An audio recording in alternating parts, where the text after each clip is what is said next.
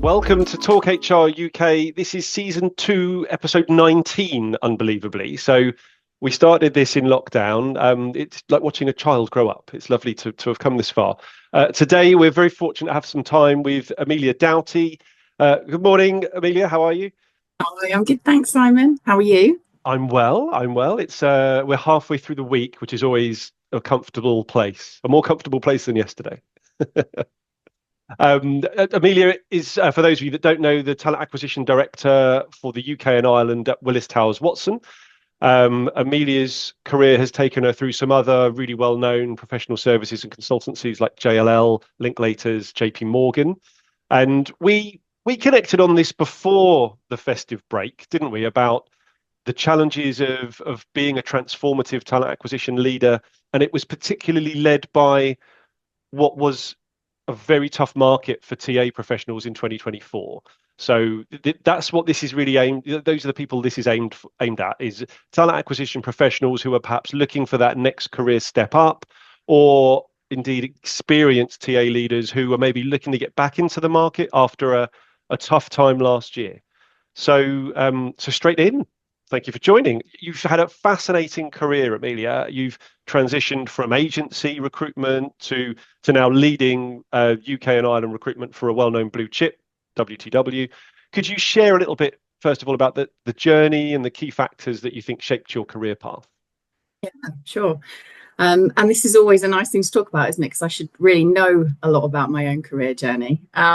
So yeah, I started in agency recruitment, and not as a consultant, but more as a kind of candidate-facing, outward-facing role on the graduate side, Right. which I didn't plan to do, but I ended up there. And it resonated with me because as a recent grad myself at the time, I found like I had shared experience with the people and the candidates I was talking to, and it felt very comfortable, and I really enjoyed it. It was a lot of going out on the road and doing lots of university events and stuff. So it was Yeah. really fun. And it took me on a kind of 15-year or so journey through early careers. And so outside of agency, I did do a little bit of consultancy work as well in agency space, and decided that the sales side was not really for me. But so I It's not carried for on. everyone.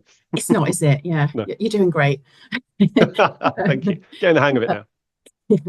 And so yeah, then I moved through early careers teams in house for quite some time in the legal sector and in professional services and banking, and I loved it. It was loads of fun, and it taught me a lot about recruiting on the ground, and it's very different to experience hire, but I really enjoyed the fact that it was programmatic and it played a lot to my strengths and my experience. But after having my first child, I decided I didn't want to be on the road so much, and decided to step into an in-house role. And that was when I moved over at JLL to lead the experience hire team in the UK and Ireland. And I found myself amidst kind of a big transformation project for the first time, where we were going through lots of transitioning into, rather than kind of line of business country teams, into Okay. line of business teams across the region. And it took me on a journey then into my last role at JLL, where I was looking after operations from the EMEA side, running through basically repositioning our offering to the business in terms of how we deliver recruiting in the region, and setting up all sorts of interesting kind of propositions to help us factor in what we're doing there. And moving on the operations side really gave me a kind of inward looking view of what a talent acquisition team should look like ideally, and Right. how it can best serve the business. So it has been interesting. I've done some really cool stuff, and seem to kind of find myself in transformation after transformation. And I've learned so much, and certainly in the last kind of 5-6 years in doing, working in big organizations, going through lots of change. So yeah, it has been. I've been very fortunate, and been fortunate to be trusted with a lot of that responsibility as well. Well, no, I think, I mean, clearly there's a lot of ascension within your career, and you can see it's not just a straight line, is it? There are bumps in the road. There is change, and it's great that you've seen so many different aspects of TA, internally and externally. I think it helps form that broad picture, which has obviously brought you to where you are. So I wanted to, I suppose, jump on early careers a little, because it's an area I've never really been wildly involved with, and it's back on trend in a big way, really, isn't it? Early careers seems to be at the forefront. I mean, in any TA roles we handle now, that's a really key thread for any professional we're finding. So you mentioned it was almost by accident. Was there anything that dragged you into that, and did it have an impact on how you operate now, really, as a broader TA leader? Yeah, I mean, I think so. It's definitely helped me shape how I look at an overall kind of hiring strategy, because you can't ever eliminate the early career side of things.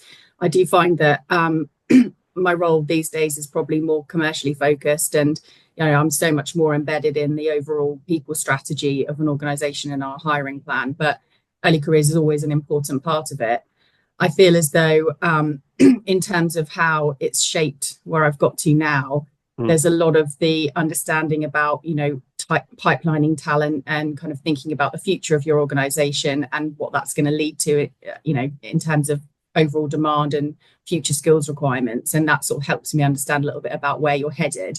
So I think it has. And, in my role at the moment, I continue to work really closely with our early careers team, and we have lots of really good joint ventures and collaborations going on to try to, appeal to a broader market and try to work with them alongside. My boss, Claire, who you know as well, has just taken on our global early careers role, leading early careers for WTW as well. So actually our partnership's going to be really nice to continue through this year, where this is not a space she's worked in the past either. So our joint experience is really nice to be able to position our early careers and experience hire approach through EMEA, certainly. But I think, I always found that I didn't really resonate with this at the time, or appreciate fully how early careers can feel quite siloed, and you feel and absolutely there's so much to it in terms of the range of activities that you get involved with of early careers, but it is programmatic and it feels a bit siloed sometimes outside of what the business is operating on from a recruitment perspective on the other side of experience hire. And like I said, it feels more commercial on the experience hire side, but it doesn't have to be. In that, there is so much in the early careers landscape at the moment that's transforming and thinking about kind of solicitor apprenticeships, for example. They're not just early careers programs, they're seeing people through all the way to, really experience, 5-7 years out of education, and actually transforming them into what their future prospects are going to be like. It really feeds into the experience hire strategy all the way through. Excellent. No, you're right. And as you say, it's great that it feels less siloed now. It feels far, every TA leader is compelled, I think, to become, more adept in the strategy for this area. So, right, diving into this is your life career moment then. So you've undoubtedly faced some really big challenges. It'd be great to hear more about those, how you've managed them, what strategies you've personally developed to overcome obstacles in your career, and that's, personally as well as professionally. Gosh, well, if I think about some recent events at WTW, Claire and I have talked a bit about this in some other forums as well. We went through a big transformation last year, where we basically did a project to offshore some of our recruitment delivery to our Mumbai hub, which was a huge project and a lot of hard work. And I think, whenever you're dealing with something like that, the personal impact is profound, because you're, transforming the lives of the people that you work with, as well as the functions delivery capability. Yeah, of course. It was pretty tough. We have talked about that in other forums, as I said, but I think in terms of the learnings from it, we went through so much change in terms of trying to get the business on board and, make it a great experience for everybody involved by the time that we concluded. And, it was still a journey. We're still working through it. I think from our perspective, I certainly realised that you don't have to shoulder everything on your own. And, we were really able to be supported effectively by so many other collaborators in the business to help us enable this change. I'm thinking about our operations team to kind of support with technology enhancements and process reviews and all of that kind of stuff, to make sure that all of the behind the scenes work is effective.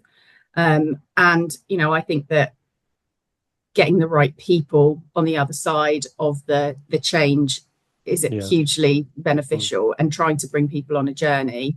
And it is difficult at the time, but trying to keep focused on the end goal is really how we managed to kind of keep every step of the project moving forwards. And I think, many times it's so important for us I found that I needed to step back from the detail often to just kind of take a broader, bigger picture view to be able to just think, okay, well, we're moving forward. It doesn't feel like it all the time. It's painful. It's difficult. Yeah. It feels personal, even though a lot of it isn't.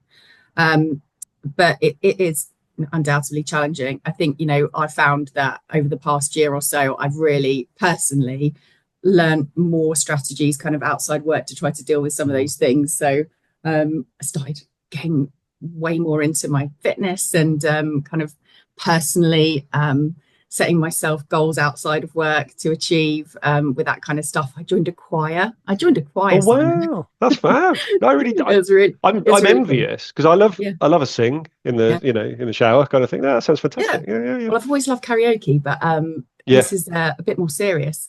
Right. But I think, having some stuff outside of work has just really helped me kind of focus and then just, maintain that ability to keep driving forwards when you're actually at the desk. And I think as well, in the grand scheme of things, when you're thinking about when you're in the midst of a project like a transformation, it feels like every day can be a struggle sometimes and you're not making any headway. But I think, some of the kind of key things I was trying to use to keep myself motivated were just kind of like, well, actually, this feels awful at the time, or it can feel really challenging at the time. But understanding that at the end of a particular project, imagine, the kind of thinking about the sense of achievement that you've kind of gone through to get to that particular end point, but also thinking about what a great opportunity it is to go through such a big project and be able to think that level of achievement has been, however successful it might have been, or whatever challenges you face, there's a huge kind of successful outcome and what a great learning experience. And I kind of say this to my team as well. Think about not necessarily, what we're losing or, what, what difficulties are in place at the moment, but what the opportunities it's going to bring, because it always does bring an opportunity. And I try to focus on all of those sorts of positives as well. Yeah, no, fantastic. You're right. I mean, the learning can be exponential but also almost subconscious when you're going through that degree of change, isn't it? It's only when you, as you say, you take a moment to stop and look back and think, oh, and half the time I always think it's looking at all the things I wish I hadn't done. No, I did that wrong. Didn't do a good job of that. And those themselves are wonderful learning moments as long as everyone's safe. Yeah, exactly. Yeah. And I've learned so much just about as well thinking about the well-being of my team in all of this as well. It's been so important. And one of our key objectives for our recruitment function globally this year, we've got a number of different strands that are going to have projects associated with them. But one of them is about kind of recruiter well-being and focusing on not just our well-being from a personal perspective, but how then we bring that to work and how we're thinking about what our own development is and what upskilling requirements we might have and how to try to broaden everybody's overall capability and future-proof ourselves in this current market and world of AI. And making sure that we've all got the right, skills to go forward into the future to continue to be adding value. Definitely. And obviously, as a group, you've got the chance to form a WTW kind of choir for RecFest perhaps this year. I'd love to see that. Oh my God. That is incredible. What a great idea. What a great idea. Yeah. I'm sort of baritone if you need third parties. Anyway. We always need more men. Yeah. I'm in. Right, we're staying with the tough stuff, I suppose. But we redundancy, which obviously I imagine you've been on both sides of the fence, as many have. It's a very difficult experience for people, especially in recruitment, where the stakes do feel really high. You've been through it yourself, I understand. How did you cope with it personally, and what advice would you give to the people who are in those circumstances now in this difficult market? Yeah, I did go through it. It was about 2 years ago now, just before I joined WTW. And of course, there's so many people in that situation in our industry at the moment. It is really tough. And I guess I focused on, really trying to be practical about it and thinking about the things that were in my control. And as a recruiter, you're sitting on LinkedIn every single day, seeing jobs advertised, seeing people putting up the green open to work banner. And I think when you're one of those people, in a tough market like now, and like it has been for the past couple of years, it does feel kind of soul destroying and feeling like, well, how am I going to get noticed? You click on a job, there's been 100+ applications in 8 hours. How do you make yourself stand out? How do you make an impact?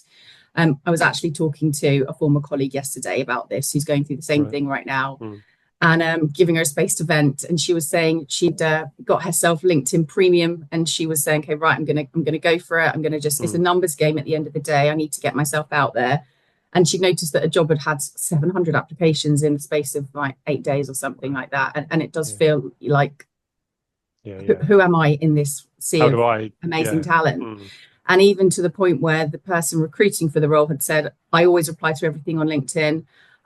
If you're a recruiter reaching out for this opportunity, thank you so much, but please stop, because I can't possibly reply to everybody on this. Not enough hours in the day. Exactly. And I think, that's perfectly understandable from a recruiter's point of view. But when you're on the other side of the fence as a candidate, you totally understand that. But it's such a tough message. And she was just like, how then? If I can't even reach out and make a personal connection, what am I to do? And it does feel awful. I think, like I said, it is a bit of a numbers game. Of course, there's so many people out there looking for work. And, in a world where you can't make a personal connection and everyone's got an AI generated, CV.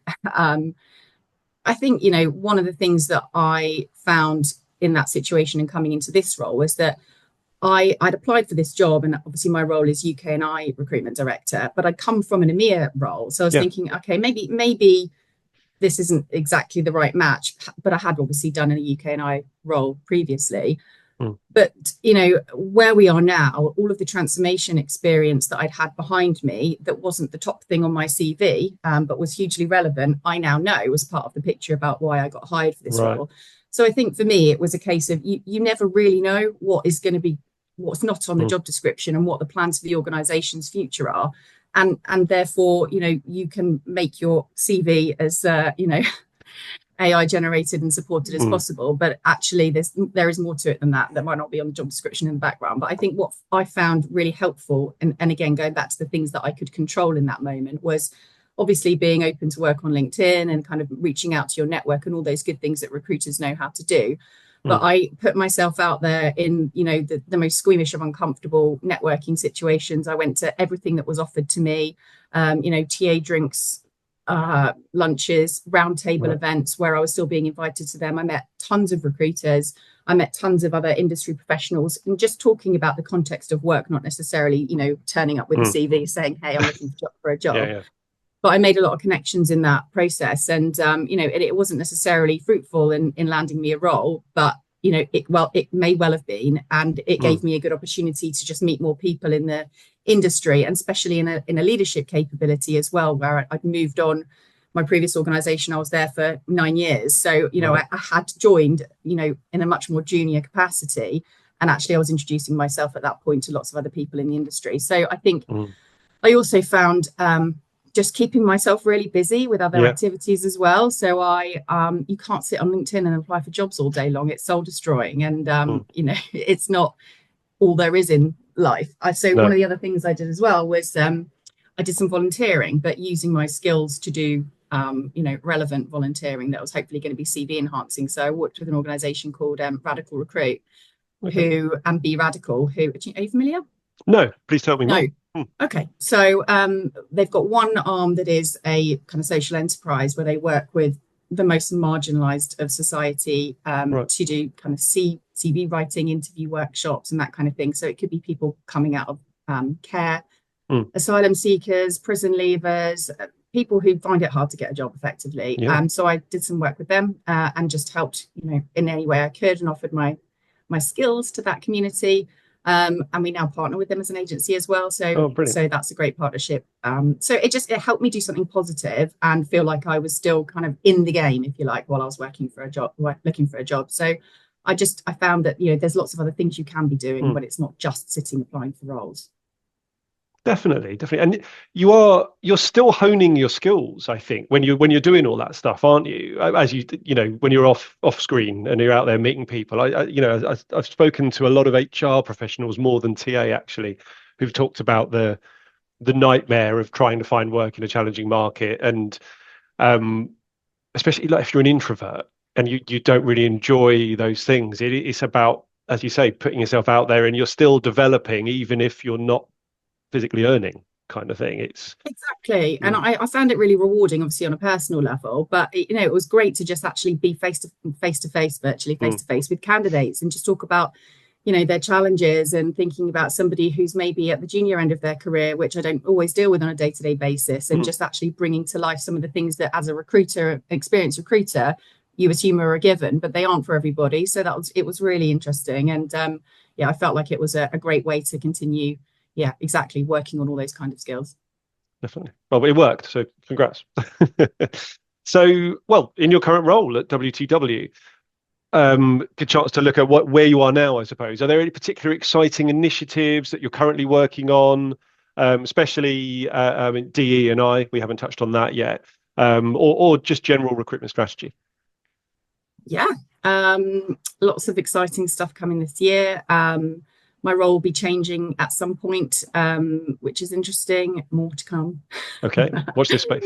We've got lots of really cool stuff on the I&D space this year. So we're going to be partnering with an organization who are running or launching an inclusive hiring certification. So a kind of industry benchmark, industry Mm, standard for inclusive hiring. So effectively, they will do an audit of all of your recruitment processes, provide a kind of roadmap for you to work towards in terms of 8 different lenses of I&D. So, typically in the insurance industry, we have a huge focus on gender balance, but it's not the only yes. thing that we need to keep an eye on. So looking at lots of different avenues of I&D to try to make sure that we are hitting as many bases as possible, making sure our whole process is as inclusive as we can be. So that's great. So there's some, hopefully, I think when you look at I&D from an outward perspective and you think, well, what can I be doing in the market to make sure not only we're doing the right thing internally from a candidate experience and a diversity experience, but also just, sharing with the industry that we are trying Mm, to do our best. I don't think there is anything, you go to awards, you might enter a submission to say we did a great initiative, but it's not an ongoing no. process. It might be a one-off flash in the pan. So it's nice to be able to have some kind of recognition from an industry perspective. If we meet the benchmark, hopefully we do. I'm sure you will. Yeah. So that's really cool. What else are we doing? We're looking at partnering with an organisation called the Fair Chance Business Alliance, which focuses on people with criminal convictions to get them back into work. So it's been a really interesting outlook, having a conversation with this organisation to get them to help us and to help the business understand actually Mm, that not everyone with a criminal conviction is precluded from working in the insurance and into a regulated industry where obviously we have quite tight controls on some of our hiring requirements, and obviously everyone yeah. goes through a background check, but it doesn't mean that there's a massive population that quite a few employers are just missing out on. So we're really hoping to make some positive strides there this year too. Well, that sounds great. As you say, it's good to have, well, to trailblaze in some ways, isn't it? And do new things, because that's how, it'll be normal for everyone, down the line. So fantastic. Um, well, you've obviously, this isn't an A to Z because we're both still so young. So like an A to M-ish kind of thing. But you've been through a lot in your career. Is there anything, well, I guess you've touched on this a little bit with some of the work you did volunteering, but any mentoring or guiding the next generation of TA professionals, so the people that are joining your team, perhaps at the junior end, is there anything you'd tell your younger self from a career perspective, knowing what you now know? Yeah, lots. What can Um, you share with us? um, so at the moment we have an apprenticeship program within HR. So we've got 4 apprentices going around, lots of different teams within HR, which is great. And I'm due to get my next apprentice in March. So Wow. I'm very excited to have another person learning about the world of TA. And so far, I think they've really enjoyed it, which they've all told me they want to come back, but we'll see. So I really love having that kind of element of, succession and making sure that a lot of younger people who might not have thought about recruitment are interested in, what the career can offer. So Mm, that's great, and hopefully we'll continue doing that as well. And it's fantastic seeing completely new, generational differences as well mm. in new workforce coming in and having a look at things from a completely different angle. So I've really enjoyed that. And yeah, we hired some junior people through our transformation as well, who, you do, like I was saying earlier, you have to go back to the basics with quite a lot of activity, but it's hugely rewarding. I've seen such massive development in some of our team over the past year, just kind of learning the ropes, and it's been great. But I think for me, as a younger person, what would I say? I'd probably say, don't be afraid to just put your hand up and give a new idea, Mm. because I always felt as though, well, who am I? Who am I to share an opinion? I don't have a view. I don't have the experience of everyone around me to be able to say, could we think about doing it a different way? Listen to your colleagues who've got the experience, of course, but don't be afraid to share your ideas, because, like I said, from a generational perspective, there are so many generations in the workforce now, and we've all got different approaches to work and what our experience is as a colleague and as a from an employer perspective. So yeah, don't be afraid to put your hand up. Listen to those around you, though, because there are so many learning opportunities from every single day. And I think also just get to know your business, because one of the things I really have learned so much in moving from early careers to experienced hire is that I feel so much more embedded as a partner in the business now on this side of the fence. And listen to everything that they're going to tell you about a new role that comes on. You will learn so much every time you make a hire. And yeah, so I think be curious about what your business has to say, and yeah, take every opportunity to hire a role, meet a candidate as a learning experience. People, candidates love talking about their experience and their career history. So just sit down and take the time to understand exactly where they want to go and what they've got to bring, and ask about their technologies that they've been using, and they will wax lyrical. And it's not a dumb question to ask them about what does exactly that mean, because they want to know that you're listening and curious as to their experience as well. Oh, 100%. I completely agree. And I relate to that. I mean, when we bring people into the HR recruitment practice here, they learn it from, I hate to give you all names, but candidates.